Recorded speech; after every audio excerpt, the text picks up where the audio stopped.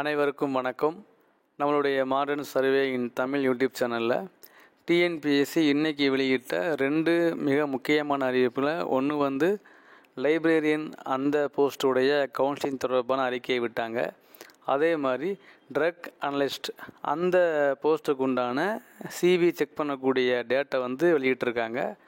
அதாவது பார்த்திங்கன்னா போன வருஷம் 9வது மாதம் 21ஆம் தேதி வெளியான இந்த ஜூனியர் அனலிஸ்ட் இன் ட்ரக் டெஸ்டிங் லெபரட்டரி டிபார்ட்மெண்ட்டில் பார்த்தீங்க அப்படின்னா போஸ்டிங்கான அறிவிப்பு வெளியாச்சு.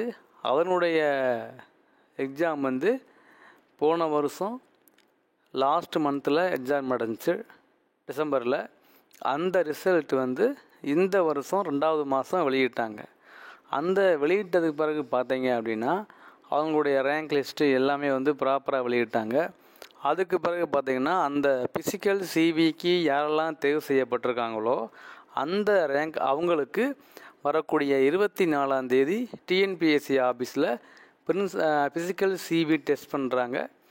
அதில் யாரெல்லாம் அவங்க தேர்வு செய்யப்பட்டிருக்காங்களோ அவங்களுடைய ரேங்க்கு, ரிசர்வேஷன் இதெல்லாம் டீட்டெயிலாக வெளியிட்டிருக்காங்க. அதுதான் இப்போ நீங்கள் ஸ்க்ரீனில் பார்க்குறது. ஸோ இந்த போஸ்ட்டுக்கு யாரெல்லாம் தேர்வு செய்யப்பட்டிருக்காங்களோ அவங்களுக்கு மட்டும் ப்ராப்பராக எஸ்எம்எஸ்லையும் இமெயிலையும் அனுப்பிச்சிருக்காங்க. ஸோ அவங்க வரக்கூடிய 24ஆம் தேதி போய் அட்டன் பண்ணணும் கவுன்சிலிங்கை.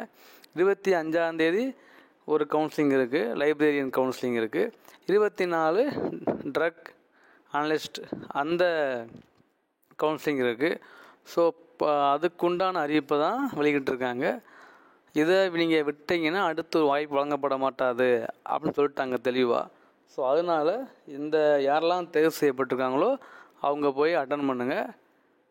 யார் எல்லாம் தேர்வு செய்யப்படுறாங்களோ அவங்களுக்கு நம்மளுடைய வாழ்த்துக்கள். தேங்க்யூ.